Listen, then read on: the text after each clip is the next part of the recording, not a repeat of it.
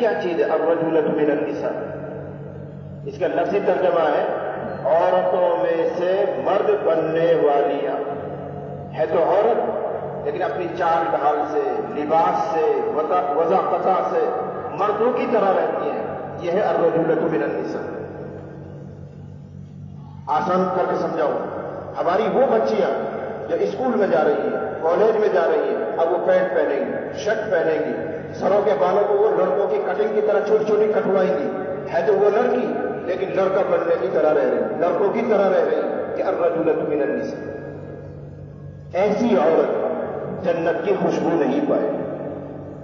یہ میں نہیں کہہ رہا ہوں، میں کوئی جنت کا ٹھیکیدار نہیں ہوں، لیکن جو ٹھیکیدار ہیں وہ سنا ہے کہ جو عورت مردوں کی مشابہت اختیار کرتی ہے، مردوں کی طرح بن بن کر رہتی ہے، وہ جنت کی خوشبو نہیں پائے. اس کی میں نے چند مثالیں دی. لباس میں مردوں کی طرح، چپل جوتے مردوں کی طرح، بالوں کی کٹنگ مردوں کی طرح. اور اگر آگے یہ قدم اور بڑھاؤں تو آپ کو برا لگے گا، بہت سو کو برا لگے گا. عورتوں کو الیکشن لڑانا، ان کو سرپنچی میں اتارنا، MLA بنانا، ان کو عہدوں تک پہنچانا، سرکاری جاب کروانا، اللہ کی قسم سب ناجائز ہے. یہ سب مرد بننے کی صورت ہے. یہ خود بھی جہنم میں گئے اور وہ خود بھی عورتیں بھی جہنم میں گئے. یہ حکومت تمہارے اوپر اتنی مہربان کیوں ہو گئی ہے جو عورتوں کی سیٹ نکالتی ہے؟ یہ مہربان نہیں ہے. اس کو معلوم ہے کہ بے دینی یہاں سے پھیلے گی. ان کی عورتوں کو بے پردہ کر دو، الیکشن کے نام سے ان کو ننگا کر دو، بڑے بڑے اشتہار میں لگا دو عورتوں کو فوٹو ہو، ماحول خود بگڑے گا، بے پردگی آ جائے گی. ذرا ذرا سے لالچ کے لیے لوگ الیکشن میں اپنی بیویوں کو، بیٹیوں کو، بہنوں کو اتار دیں اور ہو گئے وہ تماشا. عہدے پر رہنا، حکومت چلانا، یہ مردوں کا کام. اسلام میں مردوں کا کام ہے، عورتوں کا. اس کو پسند ہی نہیں کیا گیا. بلکہ حضور علیہ الصلوۃ والسلام نے ارشاد فرمایا لن یفلح قوم، خدا کی قسم ہرگز وہ قوم کامیاب نہیں ہو سکتی جس کی سربراہ، جس کی ذمہ دار کوئی عورت ہو. یہ حضور کا ارشاد. وہ قوم فلاح پا ہی نہیں سکتی، کامیاب ہو ہی نہیں سکتی جس کی ذمہ دار کوئی عورت ہو. اور تم ذمہ دار بنا رہے. یہ سب کیا ہے؟ الرجولۃ من النساء. وہ عورت جو عورت تو ہے لیکن مرد بننا چاہتی ہے، لباس میں، وضاقتہ میں، بالوں کی کٹنگ میں، الیکشن لڑ کر، اور بھی بہت سے کام. کیا تو سنایا جائے. اور تیسری چیز حضور نے ارشاد فرمائی جس کے بارے میں صحابہ نے پوچھا وہ کیا چیز ہے؟ الدیوس. وہ کیا چیز ہے اللہ نبی؟ آپ فرما رہے ہیں کہ 3 طرح کے لوگ جنت میں نہیں جائیں گے. نمبر 1 شراب پینے والا، نمبر 2 وہ عورت جو مردوں کی مشابہت اختیار کر لے، مردوں کی طرح کام کاج کرنے لگ جائے، مردوں کی سی وضاقتہ اپنا لے، اور تیسرا وہ جو دیوس ہوتا ہے. صحابہ نے پوچھا دیوس کیا ہے؟ بہت دھیان سے سننا. نبی نے ارشاد فرمایا دیوس وہ مرد ہے، یعنی وہ باپ، وہ شوہر، وہ بھائی جو اپنے گھر کی عورتوں میں بے حیائی کو دیکھے اور برداشت کرے، کچھ نہ کہ وہ دیوس ہے، وہ جنت میں نہیں جائے. چاہے وہ حاجی صاحب ہے، چاہے وہ میاں جی صاحب ہے، وہ حضرت جی صاحب ہے، لیکن اپنے گھر کی عورتوں میں بے حیائی کو دیکھتا ہے تو دیوس ہے اور جنت میں نہیں جائے. مثالیں دوں. اگر ہماری بیویوں نے، بیٹیوں نے، بچیوں نے تنگ لباس پہنا ہوا ہے کہ جس کی وجہ سے ان کے بدن کے اعضاء نمایاں نظر آتے ہیں تو شریعت کی نگاہ میں وہ ننگی ہے. ایسے ٹائٹ لباس پہنا. دیکھو ایک حدیث ہے سنی ہوگی، نبی کریم صلی اللہ علیہ وسلم نے ارشاد فرمایا رب کاسیات عاریات.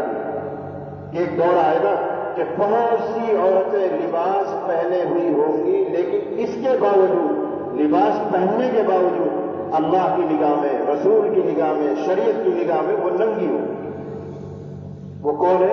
نمبر 1 وہ عورتیں جو لباس بہت ٹائٹ پہنتی ہیں، چست پہنتی ہیں، وہ کسا رہتا ہے تو ان کا سینہ، ان کا ران اور پاؤں ان کے اس صحیح سے نمایاں نظر آتے ہیں.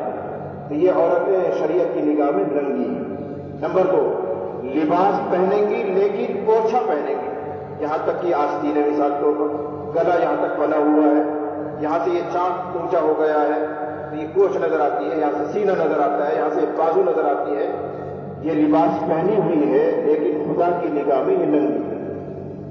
نمبر 3 لباس پورا پہن رکھا ढीला ढाला पहन रखा है, लेकिन बहुत बारीक है, उधर से धूप इधर से पार हो जाती है और उसमें बदन झलकता है, नजर आता है, तो लिबास पहनने के बावजूद ये नंगी है। अब जो बाप अपनी बेटी पर, जो शौहर अपनी बीवी पर, जो भाई अपनी बहन पर इस लिबास को बर्दाश्त कर रहा है, वो तय्यूस है, वो जन्नत में नहीं है। हम तो इससे आगे की गलती कर रहे हैं, हम तो इससे आगे की गलती कर रहे हैं। अपनी बेटियों को, अपनी बीवियों को, अपनी बहनों को, अपनी तरबियत में रखने वाली लड़कियों को हमने बड़े बड़े मोबाइल दे दिए लाकर, वो उसमें घरों के फोटो देखें, तस्वीरें देखें, वीडियो देखें। ये कहाँ का दीन है? ये कहाँ की आपकी दावत और तबलीग है? ये कहाँ की आपकी नमाज है? पहले घरों में एक टीवी लगता था तो पूरे महल्ले में शोर मचता था, आप हमारा टीवी लगो। अब तो तुमने खुद टीवी घर में रख दे दिया, बेटियों को दे दिया, बेटों को दे दिया। लड़कियों के पास बड़ा मोबाइल होने का क्या मतलब है? सिवाय बेहयाई की, बेशर्मी की। वो गैरों की तस्वीरें देखें, उसमें गैरों से राब्ता करें। वो आपको गैरत आती क्यों नहीं? आपको जोश क्यों नहीं आता तबीयत में? इसका मतलब ये कि आपका ईमान बहुत कमजोर हो चुका है। आपको शर्म ही महसूस नहीं होती कि आपकी बेटी किसी गैर से बात करे, आपकी बेटी किसी गैर मर्द से फोटो देखे, वीडियो कॉल करे, उसमें वो नंगी तस्वीर देखे, फिल्म देखे। आपका ईमान कैसे बर्दाश्त करता है? आप जिंदा मिट्टी क्यों नहीं ले जाते? ये कैसा ईमान है? ये कैसी दीनदारी है? सिर्फ नमाज का नाम दीनदारी थोड़ी है। तो ऐसा मर्द जो इन तमाम बेहयाइयों को अपनी घर की औरतों में बर्दाश्त करता है, कुरान और हदीस उसको तय्यूस कहते हैं। हमारी औरतें, हमारी बेटियां बाजार जाएंगी, बनिए से खुद सौदा सनब लेकर आएंगी, खुद बातें करेंगी उनसे, ये सब तय्यूस बना। घर की औरत घर में ही रहे। आप जरा दीन पर गौर करो। औरतों के लिए मस्जिद में आकर नमाज बाजमात पढ़ने को उलमा मना करते हैं कि औरतें मस्जिद में ना आए, औरतें मस्जिद में ना आए। क्यों? जमाना खराब है, दौर अच्छा नहीं है, कोई फितना हो सकता है। मैं यूं कहा करता हूं कि सारा फितना मस्जिद में ही होता है, वो फितना बाजार में नहीं है क्या? वो फितना बढ़िया की दुकान में नहीं है क्या? बल्कि उससे ज्यादा है। तो वहां तो जाने की इजाजत दे रहे हैं, खूब गवारा कर रहे हैं, बर्दाश्त कर रहे हैं, और मस्जिद में आने पर फतवा लगा रहे हैं। तालीम के हल्के में जाने पर नहीं, बगैर महरम के तालीम के हल्के में नहीं जाएगी, बहुत अच्छी बात है। लेकिन बगैर महरम के जंगल में भी नहीं जानी चाहिए, बगैर महरम के बाजार में भी नहीं जानी चाहिए, बगैर महरम के दुकान पे भी नहीं जानी चाहिए। वहां महरम को याद नहीं आता। यही बेदीनी है, यही बेशऊर को रहता है। मस्जिद में भेजो तो महरम चाहिए, तालीम के हल्के में भेजो तो महरम चाहिए, और बाजार में जाने के लिए कोई महरम नहीं, दुकान पर जाने के लिए कोई महरम नहीं। अब अपनी औरतों को जो महरम के बगैर बाजार भेजता है, डॉक्टर के यहां भेजता है, कपड़े खरीदने के लिए भेजता है, अल्लाह की कसम ये तय्यूस है। हाजी साहब होने के बावजूद जन्नत में मुने। कितनी सख्त वईद है। मैं अपनी तरफ से नहीं कह रहा हूं, हजरत नबी करीम सल्लल्लाहु अलैहि वसल्लम की बात आप तक पहुंचा। इन सब बातों पर काबू पाना यही इस्लाह मुआशरा। अपनी बच्चों को, बच्चियों को पूरी तरह दीनी माहौल में ढालना, उनकी सख्त निगरानी करना आपकी तमाम नफली इबादतों से बेहतर है। और ऐसा मुमकिन है, नामुमकिन नहीं है, मुमकिन है। ये छोटे छोटे बच्चे मासूम तख्तियां लेकर पैदा होते हैं, इस पर जो आप नक्श करेंगे, जो लिखेंगे, जैसे मोड़ेंगे वैसे मुड़ जाएंगे। लेकिन जब इस्लाह का वक्त होता है उस वक्त आपने फिक्र नहीं की। अभी तो बालक है, खेलन दे, कूलन दे, करन दे, कोई बात ना नहीं। 4 साल की उम्र के बाद से अब उसके तरबियत का जमाना शुरू हो, वहीं से इस्लाह करनी शुरू करो। हर बात पर टोको नहीं बेटा, सीधा हाथ से खाना खाओ, नहीं बिस्मिल्लाह पढ़कर शुरू करो। खाना के लिए बैठे हाथ क्यों नहीं धोए, हाथ धो कर आओ। नहीं, झूठ नहीं बोला करते, किसी की चीज बगैर इजाजत नहीं उठाया करते। यहां से इस्लाह शुरू होती है। और हमारे यहाँ क्या है, अगर पड़ोसी की यहां से कोई चीज उठा लाया और पड़ोसी ने आकर शिकायत कर दी तो क्या कहो, और कहा होगा तो ले आ पूछे साड़ा की दो रियाय तो कहो, ये हमारा जवाब नहीं। वहीं से तब भी करो, नहीं बड़ा क्यों